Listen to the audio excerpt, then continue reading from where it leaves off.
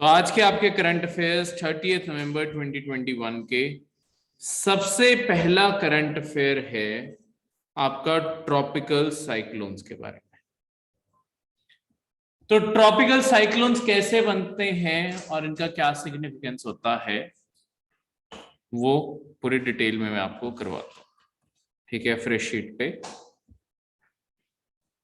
यहाँ मैं सारी न्यूज समझा दूंगा बाकी डायरेक्टली कनेक्ट हो जाए। देखो, जो हमारी पूरी अर्थ है, अर्थ के ऊपर हम ना इसे स्टडी करने के लिए अलग अलग लाइनें इसके ऊपर ड्रॉ कर देते हैं। जैसे जो बिल्कुल सेंटर में लाइन अर्थ को दो इक्वल हिस्सों में डिवाइड करती है, इसे क्या कहते हैं? इक्वेटर। ठीक है, 0 डिग्री मार्क कर देते होते हैं। इसे दो हिस्सों में होगी ना। जो ऊपर वाला हिस्सा बना इसे कह देते हैं, ये नॉर्दर्न हिस्सा है, नॉर्दर्न हेमिस्फीयर। हेमिस्फीयर का मतलब हाफ होता है, और नीचे सदर्न हेमिस्फीयर। तो दो इक्वल हिस्से, एक नॉर्थ एक साउथ। अब देखो, आपकी जो सनलाइट है वो जितना सर्कल राउंड होता जाएगा ना, सनलाइट का असर उतना कम होता जाता है। सेंटर में उतना ज्यादा शार्प होगा, साइड पे जाके लाइट बिखरती जाएगी। ये वही बात हुई, अगर मैं अपने हाथ के बिल्कुल सामने एक टॉर्च को रखूं, बिल्कुल पिन पॉइंट लाइट आ रही होगी, पर वही मैं टॉर्च पूरे रूम में मारता हूँ, पूरी लाइट स्कैटर हो जाती है ना।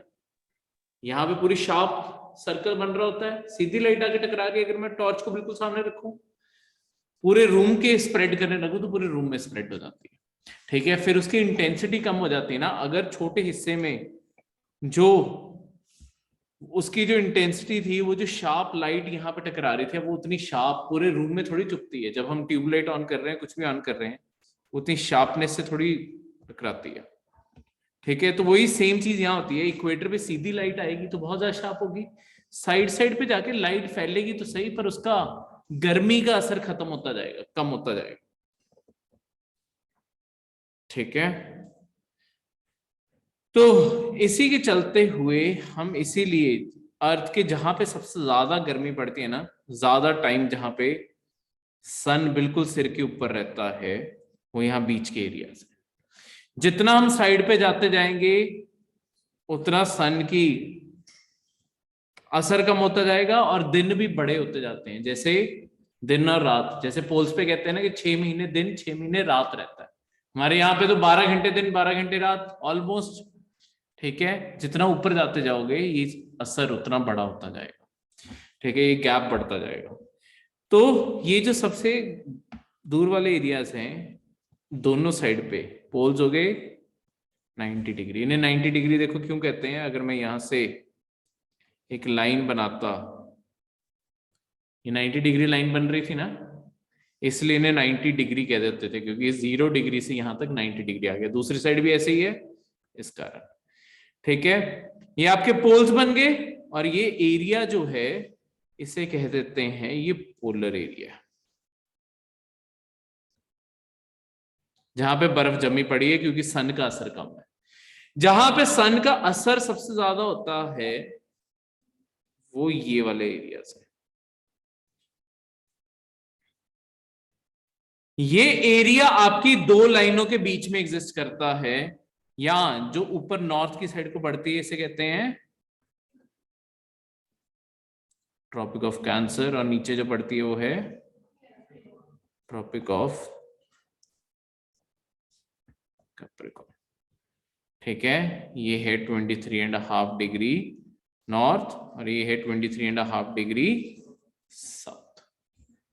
तो इस तरीके से आपकी ये दो लाइनें देखो, ये नॉर्थ हेमिस्फीयर में पड़ी ना, इसलिए 23.5। सेंटर से ये जितनी डिग्री पड़ेगी ना, बस उस डिग्री के अकॉर्डिंग इन्हें लिखते जाते होते हैं। तो ये 90 डिग्री पड़ा, यहां से अगर मैं एक एंगल बनाता इस लाइन तक, वो 23 डिग्री का एंगल बनता। अर्थ राउंड है तो पूरी राउंड अर्थ को लगा के चलोगे 23 डिग्री ऊपर को हुई है, 90 को हो जाएगी फिर वो। तो ऊपर 23 और नीचे 23 को अगर मैंने मोड़ा तो ये लाइन बन गई है वहां पे। अब ये जो आपकी लाइन बनी हुई है ट्रॉपिक ऑफ कैंसर और ट्रॉपिक ऑफ कैप्रिकॉर्न की, ये इसीलिए बनाई जाती है बेसिकली ना, यहाँ पे सन का असर सबसे ज्यादा रहता है, यहाँ पे यानी कि सूरज की गर्मी सबसे ज्यादा पड़ती है, ये सबसे ज्यादा हीट के एरियाज है। आगे हमने ज्योग्राफी का एनसीईआरटी करनी है, वहां पे बिल्कुल बेसिक से करेंगे।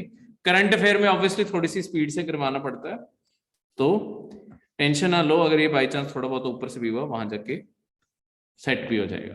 तो अभी क्योंकि जो कंसेप्ट है ट्रॉपिकल साइक्लोन के, एक बहुत बड़े कंसेप्ट तक पहुंचना है, तो मैं थोड़ा जल्दी स्किप करवा रहा हूँ।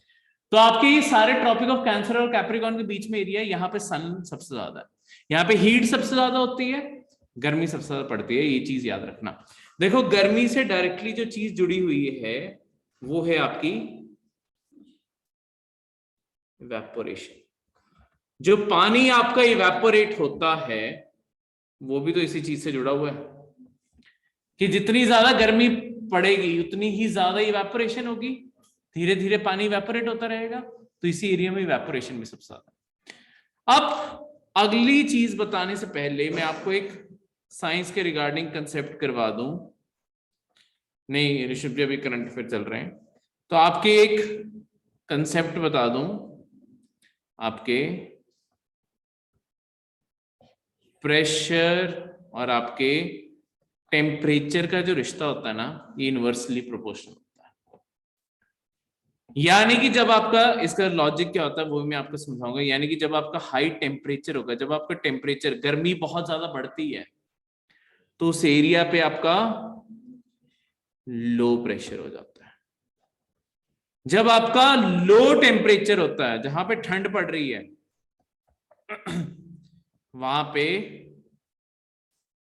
हाई प्रेशर एग्जिस्ट करता है। इसे प्रॉपर साइंटिफिक लॉजिक से समझाता हूं कि ये चीज होती कैसे है। देखो ये जमीन मान लो, जमीन के ऊपर हवा है, हर जगह ही हवा है ना, हमें चाहे दिख नहीं रही, हमारे चारों ओर हवा ही है। अब इसके ऊपर अगर आपकी सनलाइट पड़ रही है, गर्मी पड़ रही है, गर्मी के कारण क्या होगा कि यहां से फिर अर्थ से भी धरती गर्म हो जाएगी, तो वो भी ऊपर को गर्मी छोड़ना शुरू करती है ना। अगर ये गर्मी छोड़ना शुरू करेगी, इसके ऊपर जो हवा थी, ये सारी हवा जो बिल्कुल सरफेस के ऊपर है, ये गर्म होनी शुरू हो जाएगी। अब आपका एक जो स्कूल में आपने प्रिंसिपल पढ़ा था कि ये जो गर्म हवा है ये एटमॉस्फेयर में ऊपर को जाना शुरू करती है, ठीक है, और इसकी जगह ठंडी हवा नीचे लेने की कोशिश करते हैं। ये साइकिल ऐसे बनता है ना, गर्म हवा ऊपर को जाएगी, ठंडी हवा नीचे को आएगी, गर्म हवा ऊपर, ठंडी हवा नीचे, ऐसे पूरा साइकिल चलेगा। अब ये पूरा साइकिल तो चल रहा है, पर जैसे जैसे गर्मी बढ़ती जाती है, ये अर्थ की तरफ से ये रेडिएशन और ऊपर तक आती है, तो ये जो आपकी ठंडी हवा नीचे भी आ रही है,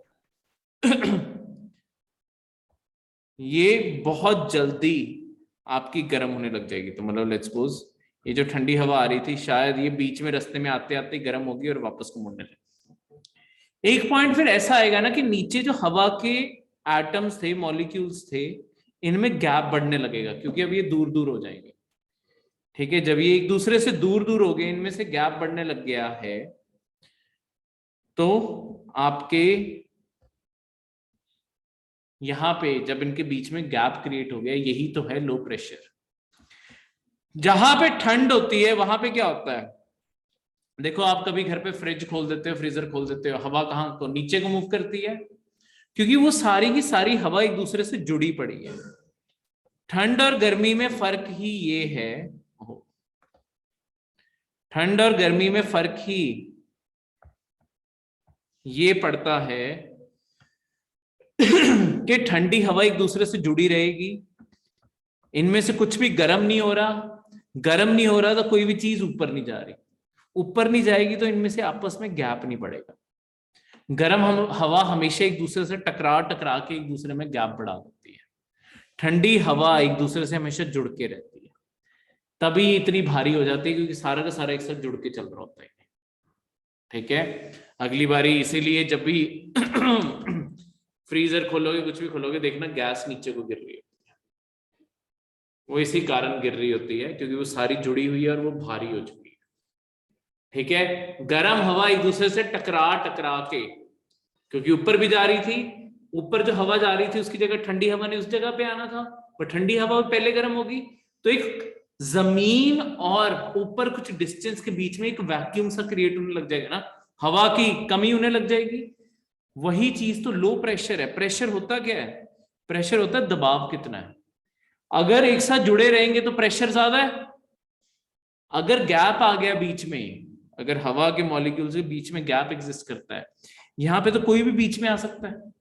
यही तो लो प्रेशर है, क्योंकि एक दूसरे से जुड़े नहीं हुए। जो हमारे सिलेंडर होते हैं उन्हें क्यों बोला जाता है कि धूप में ना रखो? क्योंकि वो एक साथ इतनी टाइटली सिलेंडर के अंदर बंद किए हुए हैं कि अगर बाई चांस इसे ज्यादा गर्म कर दिया सिलेंडर को ही, तो ये आपस में एक दूसरे से टकराने लगेंगे। जाने पर के लिए कोई जगह नहीं है पर, तो ये सिलेंडर फट भी सकता है। ठीक है, ये इनका सबसे बड़ा रिस्क होता है कि अगर तभी उन्हें धूप में रखने से ये सारी चीजों से मना किया जाता है। क्लियर है? क्योंकि अगर गैस अंदर एक दूसरे टकराने लगी, लो प्रेशर क्रिएट हो गया, वो फट जाएंगे।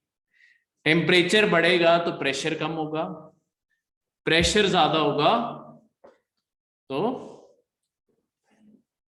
टेम्परेचर लो होगा।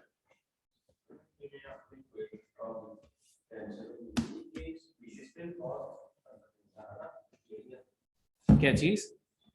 हाँ हाँ, स्पीशीज में देखो, किसी भी ऑर्गेनिज्म को रहने के लिए, किसी भी प्लांट या एनिमल को एग्जिस्ट करने के लिए, मतलब क्यों आपके ट्रॉपिकल एरिया में सबसे ज्यादा जानवर रहते हैं दुनिया के? अगर सबसे ज्यादा प्लांट्स देखोगे, सबसे ज्यादा एनिमल देखोगे, वो भी इसी एरिया में रहते हैं। उसका कारण ये है क्योंकि यहाँ पे सबसे सूटेबल, एक तो हीट बढ़ गई, दूसरा क्योंकि पानी, बारिश भी यहीं पे ज्यादा होती है, पानी भी पूरा मिल गया। ट्रॉपिकल एरिया सबसे अच्छे इसलिए माने जाते हैं। ठीक है, तो अब ट्रॉपिकल एरियाज के साथ साथ फिर यहीं पे प्रॉब्लम भी आती है। कई बारी आपके ट्रॉपिकल एरियाज में तूफान भी बनने लग जाते हैं। वो तूफान का, ये जो मैंने अभी सारा कंसेप्ट समझाया ना, वो इसी तूफान से जुड़ा हुआ है। देखो होता क्या है, ट्रॉपिकल साइक्लोन जिन्हें कहते हैं, वो कैसे बनते हैं और कैसे मूव करते हैं।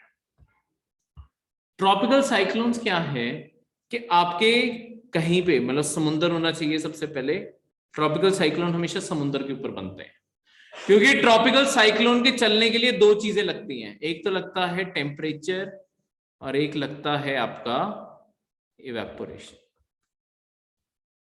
क्योंकि बादल बनेंगे साथ साथ बारिश भी चलती है इसके। ठीक है, तो ट्रॉपिकल साइक्लोन में क्या होगा, देखो एक सबसे पहले समुद्र काम शांत समुद्र होना चाहिए, उछल नहीं रहा होना चाहिए। क्योंकि पूरा जब ट्रॉपिकल साइक्लोन शुरू होता है ना, तब समुद्र बिल्कुल शांत होना चाहिए। बाद में जब तूफान आ जाएगा ऑब्वियसली, तब तो समुद्र सारा हिलेगा। पहले समुद्र बिल्कुल शांत पड़ा होना चाहिए। आपका जो सूरज है, सूरज पूरा चमक रहा होना चाहिए, कोई बादल नहीं है स्टार्टिंग में, कुछ नहीं है, डायरेक्ट सनलाइट आपके पानी के ऊपर आके गिर रही है। इससे पानी क्या हो रहा है? गर्म हो रहा है। ठीक है, हीट अप हो रहा है। पानी के गर्म होने से इसकी जो ऊपर की हवा है वो भी हीट अप हो रही है। गर्म हवा क्या करती है फिर? ऊपर को ट्रेवल करती है। इसकी जगह कौन लेने को आता है? ठंडी हवा इसकी जगह लेने को आती है। पर जैसे जैसे ये आपका अभी भी कामनेस बनी हुई है, आपका पानी गर्म हो रहा है, पानी के साथ साथ इवेपोरेशन भी हो रही है ऊपर को, और आपकी गर्म हवा ऊपर को जा रही है, ठंडी हवा नीचे गिर रही है। जैसे जैसे गर्मी बढ़ेगी, ये नीचे पहुंचना इसका मुश्किल हो जाएगा, ये जल्दी मुड़ने लग जाएगी, क्योंकि ठंडी हवा ऊपर से चली, नीचे आते आते ही अगर गर्म होगी, उसे अपना रास्ता बदल के फिर ऊपर जाना पड़ेगा, क्योंकि गर्म हवा तो ऊपर को ही जाती है। उसे थोड़ी पता है कि मैं नीचे के लिए एक्चुअली चली थी। उसे ये है कि ये एक अर्थ पे खाली एरिया है जहां पे ठंडी हवा की जरूरत है, ठंडी हवा की तरफ मूव करना है, ठंडी हवा लेके। पर वहां से पहुंचने से पहले ही अगर गर्म होगी, ऊपर वापस, तो यहां पे कौन से प्रेशर का एरिया क्रिएट होने लगेगा? लो प्रेशर बनने लगेगा ना, क्योंकि हवा यहां पे कम होने लग गई है पानी के ऊपर। जब लो प्रेशर एरिया क्रिएट होने लग जाता है, तब हवा फिर और कोशिश करने लगती है कि इस एरिया तक पहुंच सके। पर क्योंकि गर्मी इतनी ज्यादा वहां पे पड़ रही है, आपकी हवा पहुंच नहीं पाती, वो बार बार यहाँ पे गर्म होके फिर ऊपर मुड़ रही है। पर यही जो आपका मोशन है, यही साइक्लोन का रूप लेने लग जाता है, क्योंकि हवा नीचे को आने को, देखो अब एक दूर से बड़ा सा व्यू बनाता हूं। हवा जो है नीचे को आने की कोशिश कर रही है, हवा गर्म होगी, हवा को यहां से ऊपर को मुड़ना पड़ा, ठीक है। ऐसे ही सेम इधर को आने की कोशिश की, गर्म हुई, ऊपर को चल। तो करते कराते उनकी अल्टीमेटली कोशिश है यहां सेंटर में पहुंचना, जहां पे लो प्रेशर आपका बना हुआ है, पर बस वो यहां पे पहुंच नहीं पा रही। यही आपका अल्टीमेटली मतलब, ये क्योंकि 2D डायग्राम है, इसे 3D में इमेजिन करोगे तो हवा घूम घूम के ऊपर जा रही है, ठीक है। तो इस तरीके से आपकी हवा मूव कर रही है। अब ये जो सारी हवा की मूवमेंट है, यही साइक्लोन का रूप ले जाती है। और क्योंकि इवेपोरेशन हो रही थी, धीरे धीरे इस हवा के कारण, क्योंकि सारा पानी ऊपर को पुश हो गया ना, ऊपर जाके बादल भी बनने लगते हैं, हवा भी चल रही है, यही सारा साइक्लोन आ जाता है। अब इस साइक्लोन, अगर ये हवा के कारण किसी साइड को साइक्लोन मूव करने लगता है, तो ये पानी के ऊपर चलता रहेगा। दो चीजें चाहिए थी, एक तो लो प्रेशर बना रहना चाहिए, दूसरा इवेपोरेशन होती रहनी चाहिए। तो साइक्लोन भी चलता जाता है और बड़ा होता जाता है और बड़ा होता जाता है। प्रॉब्लम कब आती है साइक्लोन के लिए? जब ये लैंड पे हिट करता है। जैसे लैंड पे हिट करने के बाद लैंड को एंटर कर जाता है, जैसे जमीन के ऊपर आया, पानी का कनेक्शन कट गया ना, पानी का कनेक्शन कट गया, इवेपोरेशन का कनेक्शन कट गया, धीरे धीरे फिर लैंड के अंदर आके थोड़ा टाइम चलता है साइक्लोन, पर लैंड के ऊपर आके खत्म हो जाता है। तो इस तरीके से आपके ट्रॉपिकल साइक्लोन ब्रॉडली इस तरीके से काम करते हैं। ये जो सेंटर वाला हिस्सा होता है, इसे कहते हैं साइक्लोन की आई, ठीक है। इसे आई ऑफ द साइक्लोन क्यों कहते हैं? क्योंकि दिखती वैसे है।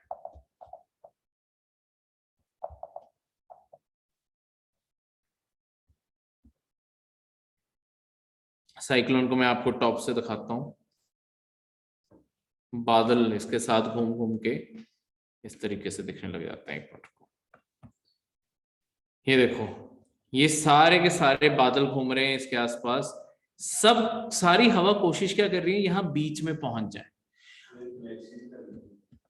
हाँ, पर ये बादल है सारे, तो ये टॉप पे सारे बादल ऐसे घूम रहे हैं, ठीक है। नीचे ये पूरी हवा का तूफान है, ये 500 550 किलोमीटर पर आवर की हवा चल रही है ये, ठीक है। सारी हवा की कोशिश क्या है, सेंटर में पहुंच सके। सेंटर में क्योंकि लो प्रेशर है, इसलिए वो वहां पे पहुंच, देखो हवा नहीं है ना सेंटर में, हवा की प्रेजेंस ही नहीं है, इसी कारण लो प्रेशर है वहां पे। जहां पे हवा बहुत सारी होगी, वहां पे तो हाई प्रेशर होगा, ठीक है। तो ये सारी जगहों पे हाई प्रेशर, सिर्फ सेंटर, उसे कहते हैं आई ऑफ द साइक्लोन, वहां पे हमेशा लो प्रेशर रहता है। कभी भी ये सेंटर वाले एरिया पे अगर हवा पहुंच गई, साइक्लोन साथ के साथ खत्म हो जाएगा।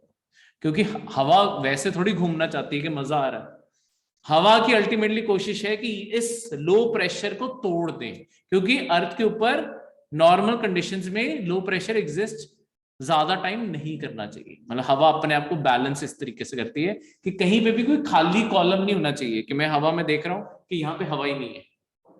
हवा अपने आप को इस तरीके से ही बैलेंस करती है कि कहीं पे भी कोई भी ऐसा खाली एरिया ना बचे, सबका सब एरिया हम इसी तरीके से कवर करते हैं, ठीक है।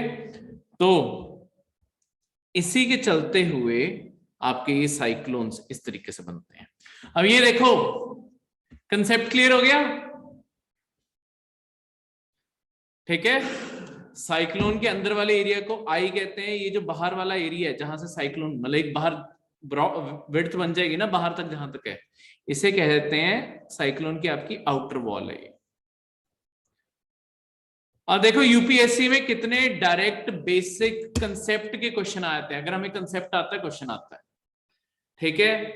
दो स्टेटमेंट्स पढ़ के बताता हूं, बताना स्टेटमेंट सही है या गलत है। Eye of the pressure, eye of the cyclone, tropical cyclone जहां पे उसकी आई है, वहां पे ज्यादा कम प्रेशर होता है, लो प्रेशर वहां पे ज्यादा होता है कंपेयर टू आउटर वॉल।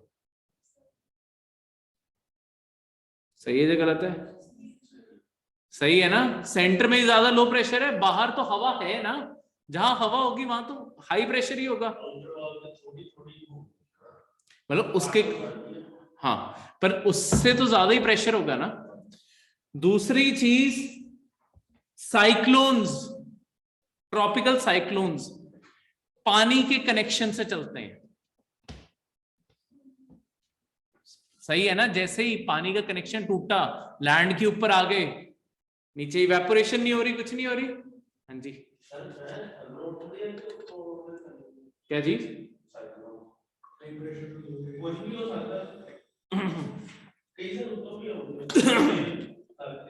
नहीं नहीं, वो दिखते ऐसे हैं कि जैसे ऊपर से आ रहे हैं, पर साइक्लोन हमेशा पानी ही उसके लिए मेन है।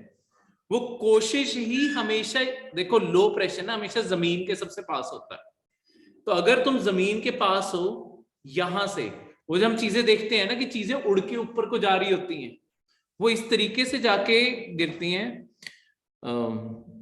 निधि, दूसरी आपकी स्टेटमेंट जो मैंने बोली कि जो आपके ट्रॉपिकल साइक्लोन्स हैं वो पानी के कनेक्शन से चलते हैं, यानी कि वो पानी से जुड़े हुए हैं।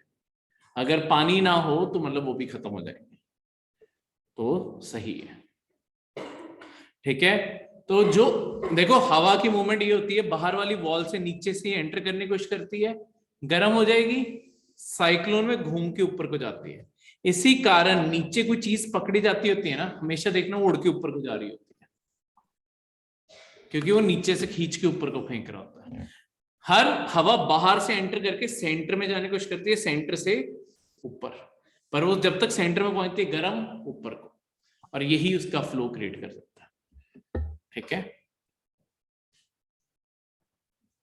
हमें कई बार लग सकता है कि जैसे नीचे साइक्लोन एग्जिस्ट ही नहीं कर रहा, ऊपर कर रहा है, क्योंकि शायद नीचे तक हवा पहुंच ही नहीं पा रही, इतनी ज्यादा गर्मी है ऊपर ही, तो हवा हमें सिर्फ ऊपर ऊपर घूमती हुई दिख रही हो सकती है, नीचे शायद घूमती हुई ना दिखे, पर नीचे हवा बहुत तेजी से घूम रही होगी, वो इतनी तेज है कि वो दिख नहीं रही है। हमारी आंखों की भी तो एक स्पीड है, ठीक है, तो उस स्पीड से पार हो जाती है।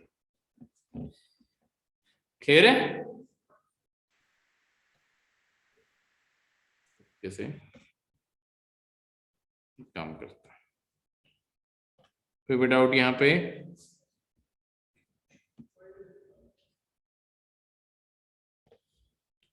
चलो, आपके अगले, यही आपका ट्रॉपिकल साइक्लोन सारा समझाया हुआ है। न्यूज क्या है कि बेसिकली आपके अंडमान एंड निकोबार, जो अंडमान सी है, वहां पे भी लो प्रेशर एरिया बन रहा है इस टाइम पे। ठीक है, आपके केरला में भी बन रहा है, महाराष्ट्र के कोस्ट पे भी बन रहा है। तो ऐसा भी हो सकता है, देखो जरूरी नहीं है कि हर लो प्रेशर ट्रॉपिकल साइक्लोन बने ही बने। कई बार क्या होगा कि जोरदार बारिश आके बस हट जाएगी, पर कई बार ऐसा होगा कि अगर हवा ने पेस पकड़ ली तो फिर साइक्लोन बनने शुरू हो जाएंगे। तो ऐसा भी हो सकता है कि मल्टीपल साइक्लोन हमें हिट कर दें। ठीक है, कोई भी चीज आपकी किसी भी तरीके से हो सकती है। क्लियर है? ट्रॉपिकल साइक्लोन ज्यादातर गर्मियों में बनते हैं।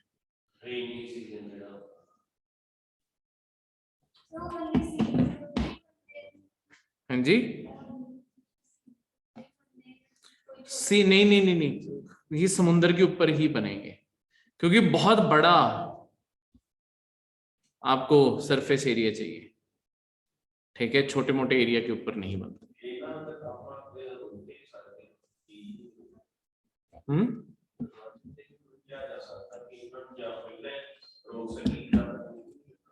हाँ बिल्कुल, इसे, हाँ इसे हम रोक नहीं सकते, आने हैं तो आने ही है बस। ठीक है, तुम्हें थोड़ी पता है कि एक्चुअली कितना समुंदर हिला दोगे ना, ये भी तो बात है, समुद्र कितने ही हिला दोगे। छोटी मोटी मूवमेंट तो समुद्र में वैसे भी चलती रहती है ना, इंसानी मूवमेंट तो कितनी कोई बड़ी हो जाएगी। नेचर की मूवमेंट अगर तुम देखो, समुद्र में कितनी बड़ी बड़ी लहरें भी क्रिएट हो जाती हैं, उतनी थोड़ी क्रिएट कर पाएंगे, तो इसलिए अगला जो आपका करंट अफेयर है वो है कृष्णा रिवर बारे। कृष्णा रिवर जो है इंडिया की 4th लार्जेस्ट रिवर है, जो मतलब 4th, गंगा गोदावरी ब्रह्मपुत्र के बाद जो 4th रिवर आती है वो कृष्णा है। इसकी टोटल किलोमीटर्स में ये 1288 किलोमीटर्स लंबी है, ठीक है। ये महाराष्ट्र, कर्नाटका, तेलंगाना, आंध्र प्रदेश, ये 4 स्टेट से ये पास करती है। इसकी ओरिजिनेशन वेस्टर्न घाट्स में है, महाबलेश्वर के वहां से, ठीक है। आपके महाराष्ट्र में पड़ता है, ये महाराष्ट्र से ही शुरू होती है, फिर कर्नाटका एंटर करती है, फिर तेलंगाना और आंध्र प्रदेश से होके जाके कहां गिरती है, बे ऑफ बंगाल में, ठीक है। तो ये इंडिया की ईस्ट फ्लोइंग रिवर है, क्लियर है। अब ये जो सारी की सारी रिवर है, इसका सबसे मेन जो इसके अंदर ट्रिब्यूटरीज हैं वो है घाटप्रभा, मालप्रभा, भीमा, तुंगभद्रा और मूसी। ट्रिब्यूटरीज क्या होती हैं?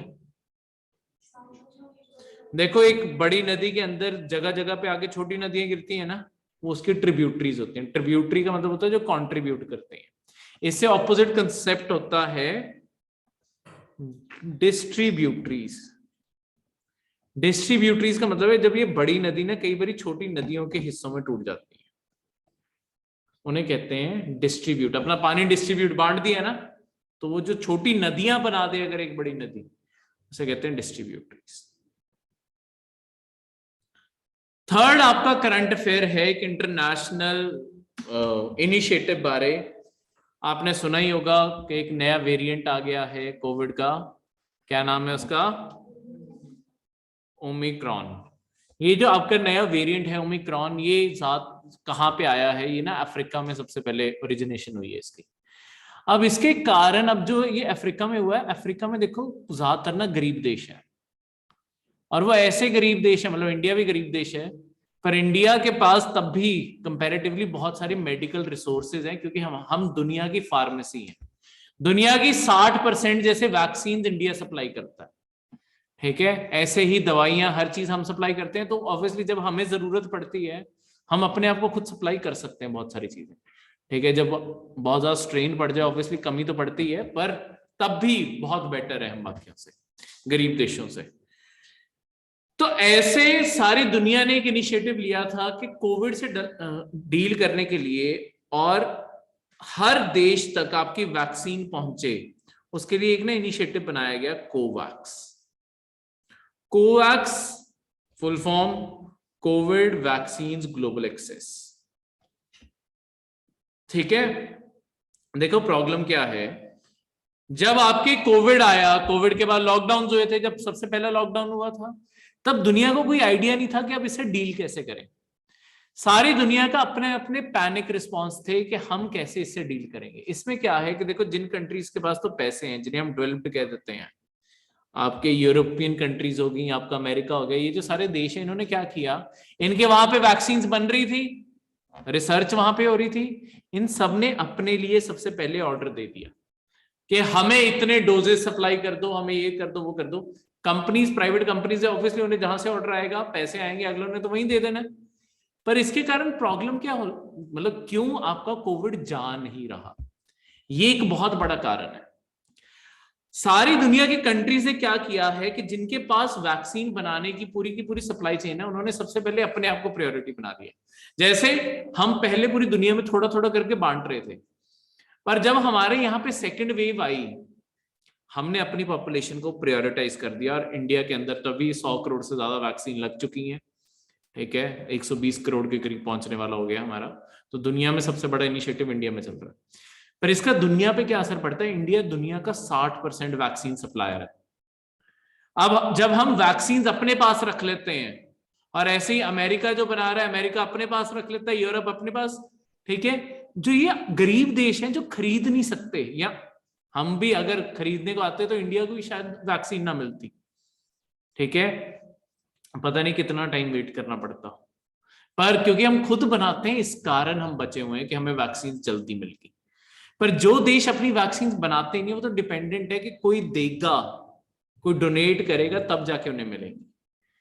तो अभी तक ऐसे अफ्रीका में बहुत सारे देश हैं जहां भी 1% आबादी, 2% आबादी ही सिर्फ वैक्सीनेटेड है, बाकी सारे वैक्सीन की वेट कर रहे हैं कब आएगी, ठीक है। मतलब डेवलप्ड कंट्रीज का भी हाल लगा लो, जिन्होंने अपनी खुद की वैक्सीन नहीं बनाई, जैसे ऑस्ट्रेलिया है, ऑस्ट्रेलिया में वैक्सीनेशन का बुरा हाल है।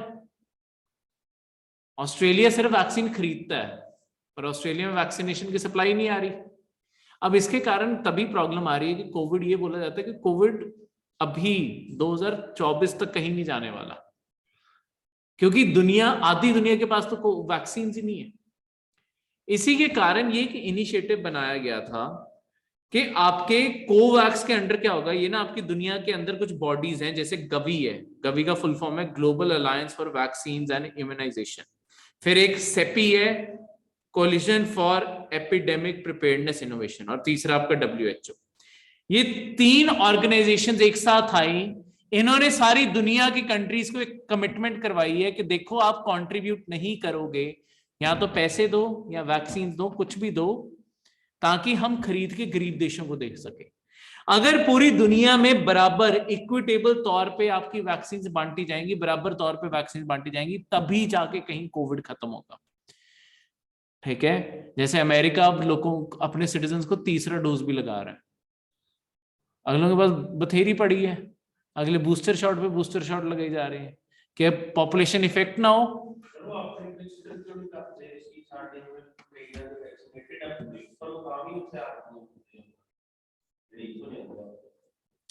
देखो ऐसा नहीं है कि सारे लगाते हैं, बेसिकली इंडिया के अंदर 2 वैक्सीन हैं, एक है कोविशील्ड और एक है कोवैक्सीन। कोवैक्सीन दुनिया में ना ज्यादातर कंट्रीज ने अभी अप्रूव नहीं की है, तो अगर तुमने कोवैक्सीन लगवाई है और अगर तुम फॉरेन ट्रैवल कर रहे हो, तुम्हें अनवैक्सीनेटेड ही माना जाता है। कोविशील्ड लगवाई होगी वो एक्सेप्टेबल है। तो जब तक दुनिया से मान्यता नहीं मिलती ना, तब तक दुनिया ऐसे ट्रीट करती है कि तुम अनवैक्सीनेटेड हो। ठीक है, वो अलग पंगे हैं, पर अभी के लिए जो ये पंगा है इसका है कि इक्विटेबल एक्सेस मिलना चाहिए। तो इसी के चलते हुए सारी मतलब लो टू मिडिल इनकम कंट्रीज को हम वैक्सीन सप्लाई कर सके, इस इनिशिएटिव के अंडर वही कोशिश है। ठीक है सर, जो वैक्सीन है सर वो तो एक वेरिएंट की होगी ना, तो सर ये वायरस होता है तो म्यूटेट नहीं होता है?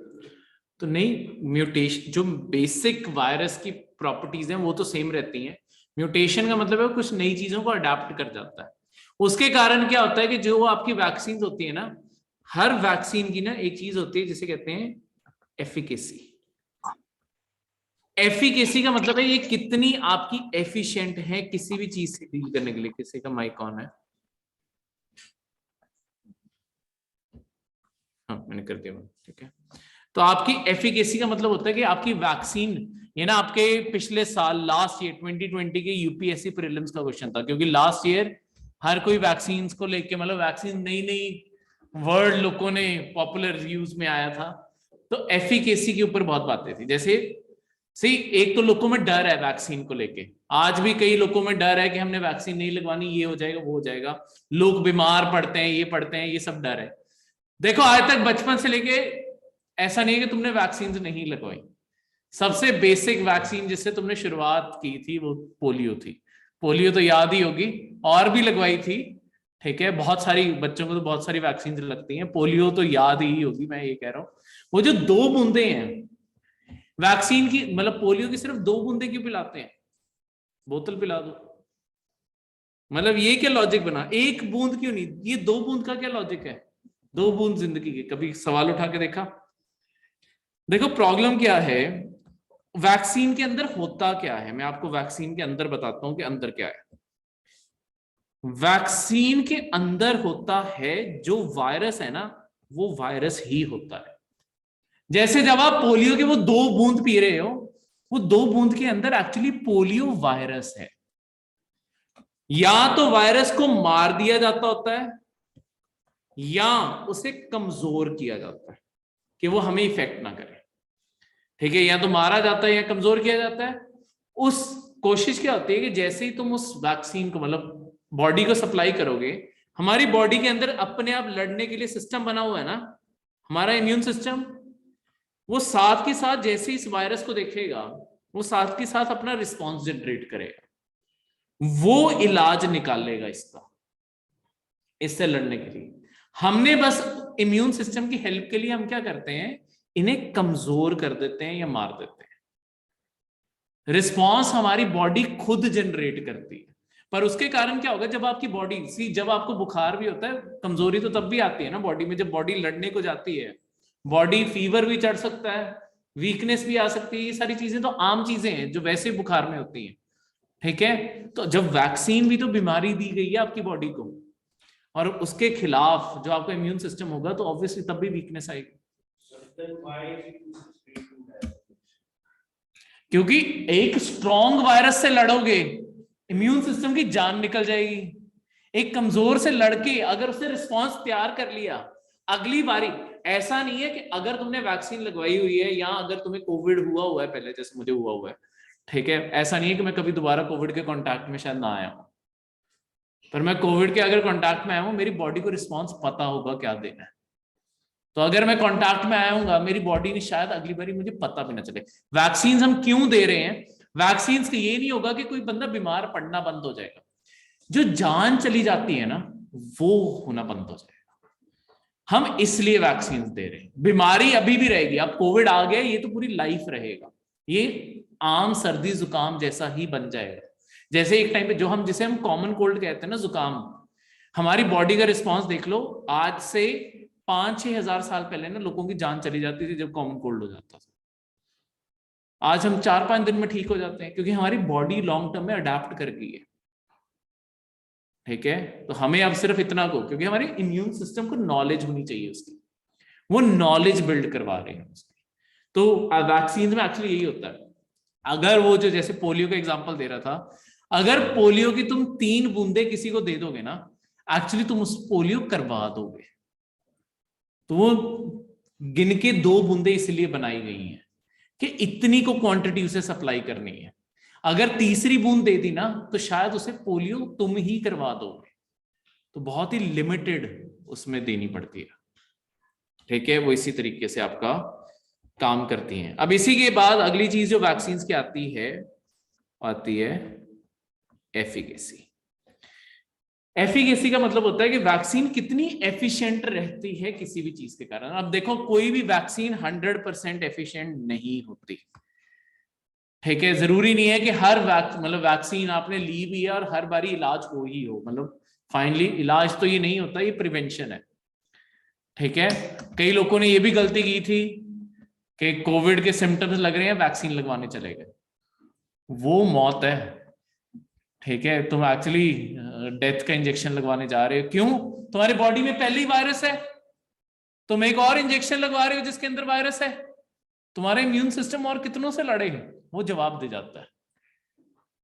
ठीक है, तो ये प्रॉब्लम इसीलिए क्रिएट होती है। तो सारी प्रॉब्लम अवेयरनेस की है, उसकी जितनी कमी है वही सारे की सारी चीजें प्रॉब्लम क्रिएट करती है। तो अब ये जो सारा का सारा रिस्पॉन्स है वो यहीं से जनरेट होता है। एफिशिएंसी का मतलब है कितनी एफिशिएंट रहेगी। मैक्सिमम आपकी कोई एफिशिएंसी जो होती है वो 90-95% तक, जो बहुत पुरानी वैक्सीन भी है ना, वो भी 95% तक एफिशिएंसी होल्ड करती है। लॉन्ग टर्म में इंप्रूव करते जा रहे हैं वैक्सीन को। जैसे पोलियो की जो वैक्सीन है वो आपकी 98% तक एफिशिएंट है। ठीक है, तो इसी कारण हम इंडिया में पोलियो को हरा पाए। ठीक है, पर सदियां लग गई पोलियो से लड़ते हुए, तब जाके पोलियो का रेट अब इतना कम है कि हम पोलियो को हरा पाए। ठीक है, तो इस तरीके से आपके ये सारी चीजें काम करती हैं। तो अब दुनिया में यही, हाँ जी,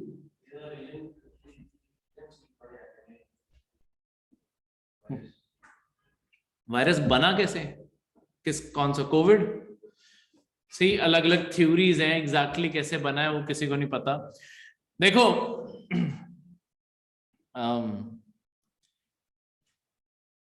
आपके ना 3 जानवर एग्जिस्ट करते हैं जिनका माना जाता है कि, यहां तो देखो आपके लैब में बना एक थ्योरी, तो वो है, एक है कि आपके शुरुआत इसकी बैट से जरूर हुई है, पर आपके क्योंकि चाइना के अंदर ना वो वेट मार्केट्स उन्हें कहते हैं, जहां पे एनिमल्स का, सारे एनिमल्स का मीट मिलता है, वहां पे ना 3 एनिमल्स किसी टाइप से एक दूसरे से कांटेक्ट में आए हैं, और बैट ने एक को दिया, बैट ने पिग को दिया है, पिग ने पेलिकन को दिया। पेलिकन पता क्या होता है?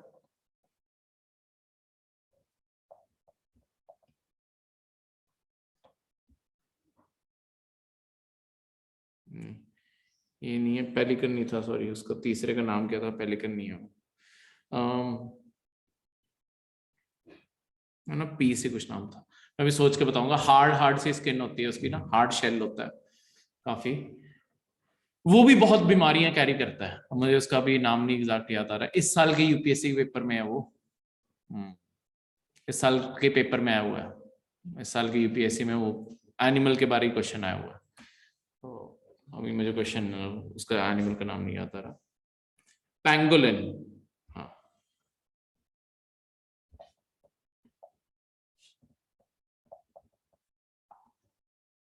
पैंगोलिन।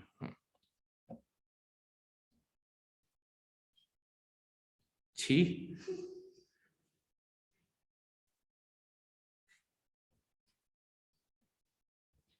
मैं आपको पैंगोलिन की फोटो भी दिखा देता हूँ, एक मिनट।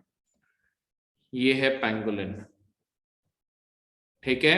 ये ना इसके सारे बाहर हार्ड कवर होते हैं, और जब भी इसे प्रोटेक्शन की जरूरत बनती है ये पूरी बॉल बन जाता है, तो इसे कोई खा नहीं पाता, मार नहीं पाता।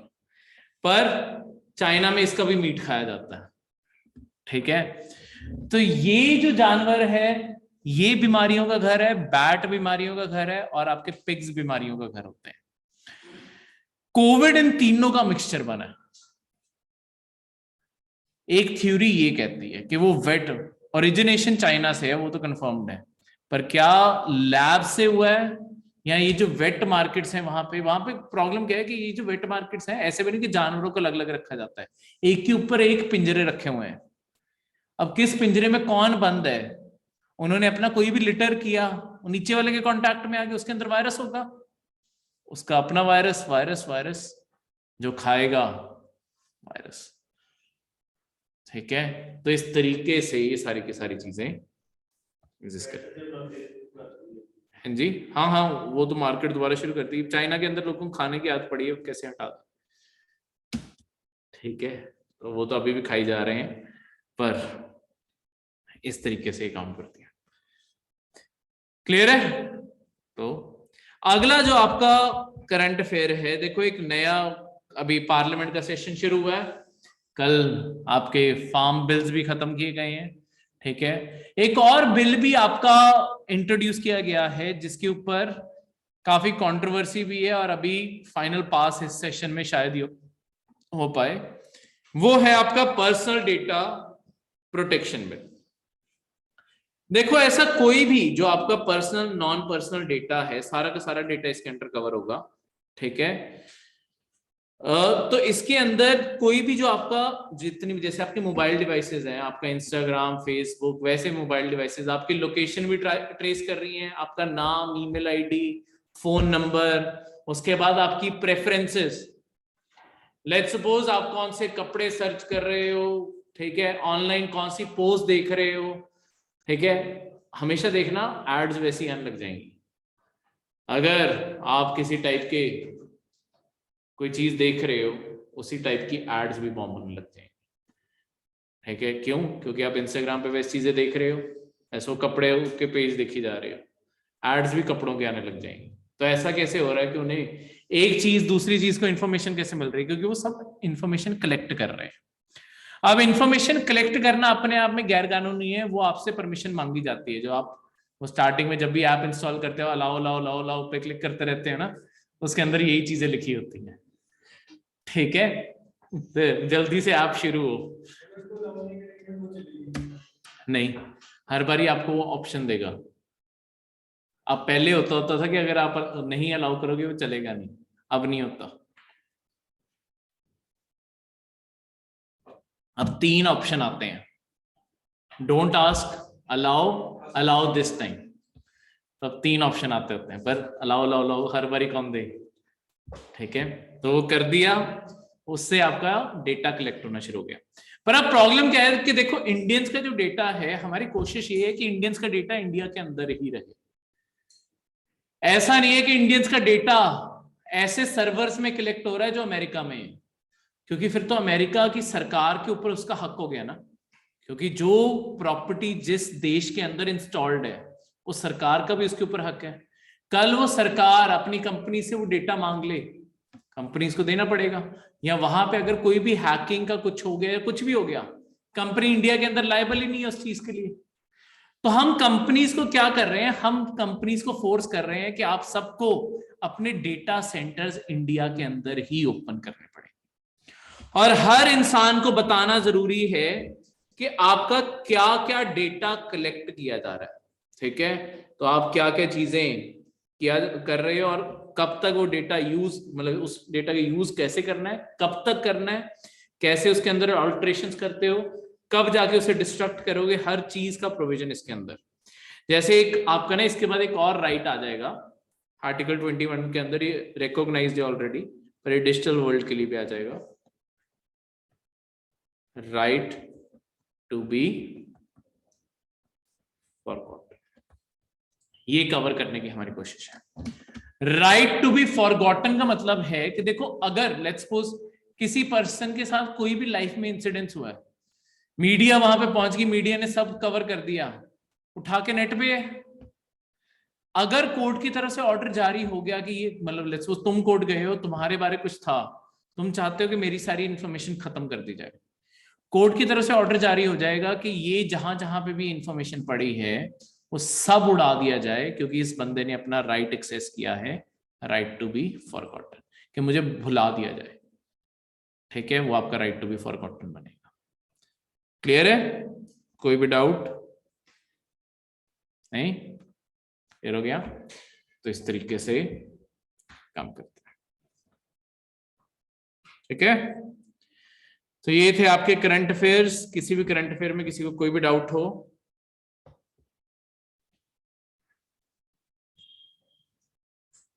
नहीं, कोई डाउट नहीं? तो ये थे आपके करंट अफेयर।